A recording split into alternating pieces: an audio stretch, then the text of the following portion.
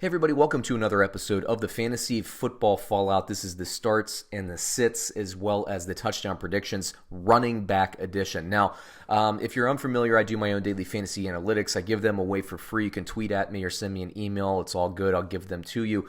I have some followers. They do quite well in fantasy football and daily fantasy football, and these are all free. So what the hell? Now, before we get rolling here, as I always say, please, for 2 seconds of your time, 2 clicks, a like and a subscribe. We need your support to grow. The more we grow, the more features we actually get unlocked from YouTube, so we can make our videos better. We could use your support. We'd appreciate that. But let's just dig right in. We have Thursday Night Football, the LA Chargers versus the Oakland Raiders. Starts and sits. I do think Gordon and I do think Eckler are both starts. I think Eckler is more of a receiving back this week. I love the matchup for him out of the backfield. So if you're in a half PPR league or a full PPR league, I definitely start Eckler. I have him on my team. He's definitely in the lineup. I think Eckler and Gordon could both get in the end zone this week. I think there will be enough touchdowns spread around. I think this will be a high-scoring game. For Oakland, I think definitely Josh Jacobs. I think he gets in the end zone once. Could get in the end zone twice, but I have him projected once. It's going to, again, be a higher-scoring game. I like the matchup, and, we'll see. Oakland's going to commit to that run, so you can ride Jacobs into the sunset if you like. Next game, we have Arizona versus Tampa Bay. Whether it's David Johnson or Kenyon Drake, Chase Edmonds will be out. But whether it's Johnson or Drake, I would start them. I like the matchup against Tampa. For Tampa Bay, I know Ronald Jones was just named the starter. I do not like Ronald Jones. I do not like Peyton Barber. I don't think either find the end zone. I do think that whether it's David Johnson or Kenyon Drake, I think both of them will find the end zone at least once there. Atlanta versus New Orleans. I do not like Devonta Freeman to score a touchdown this week. I do not like Ito Smith, assuming he plays. For New Orleans, I love Kamara this week. If he plays, I think he gets in the end zone 2, maybe even 3 times. If he doesn't play, I like Latavius Murray just as much. Well, maybe not just as much, but I like him quite a bit. I think he's worth a play as well. Probably 1 to 2 touchdowns for Latavius Murray. Let's see. Baltimore versus Cincinnati. I think you start Mark Ingram every single week. I think he gets in the end zone once this week. Gus Edwards could potentially get in the end zone as well, so pay attention to him. For Cincinnati, I do not start Joe Mixon or Gio Bernard. They haven't gotten any push in their run game. Even the games where Joe Mixon has scored, he's had like 2 touchdowns and 4 yards. It's ridiculous. So don't start him. Let's see. Buffalo versus Cleveland. I don't love Frank Gore this week, but I'm liking Devin Singletary more. It looks like Singletary kind of wrestled control of the backfield away. We'll see if that's a trend or if that was a 1-week thing. I think Singletary gets into the end zone. Gore will have his stay, but I think he can do better than Frank Gore this week. Nick Chubb, I think, is a start every week, and I do think he scores 1 touchdown this week against the tough Buffalo Bills defense. Carolina versus Green Bay. Christian McCaffrey, I have him projected at 2.5 to 3 touchdowns.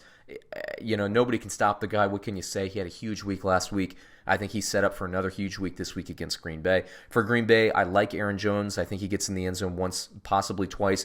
And Jamal Williams is a little bit of a fringe guy for me. I probably stay away from him starting this week. But if you're desperate, he could be a nice waiver pickup. He might get one of those goal line carries. So be on the lookout for that.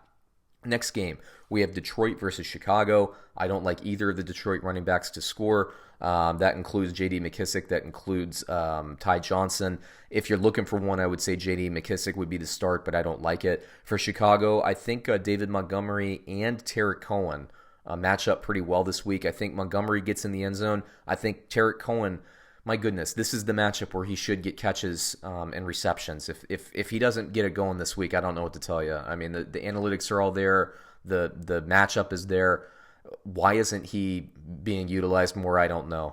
But Tarek Cohen, this is a great matchup for him, but obviously just based on what Chicago's offense is doing, he comes with some risk.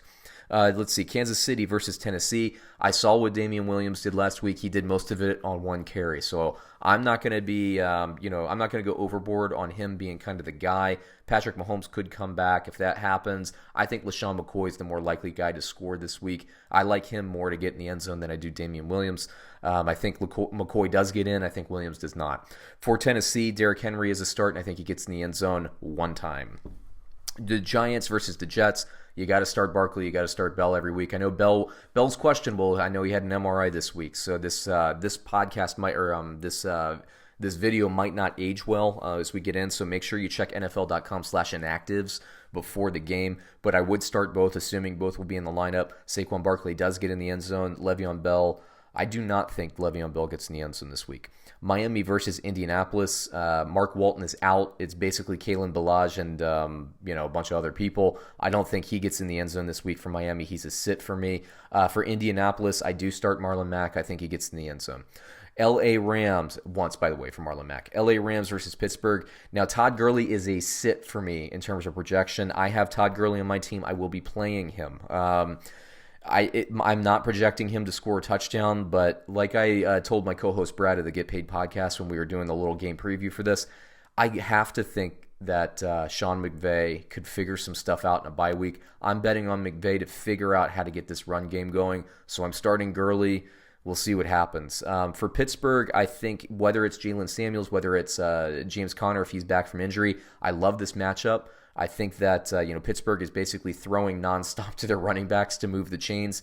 You got to start, and if Conner and Samuels are both playing, I would start both of them honestly because I think there'll be enough passing if you're in a PPR league to basically float those two as starters. I do think that James Conner gets in the end zone though this week if he does play.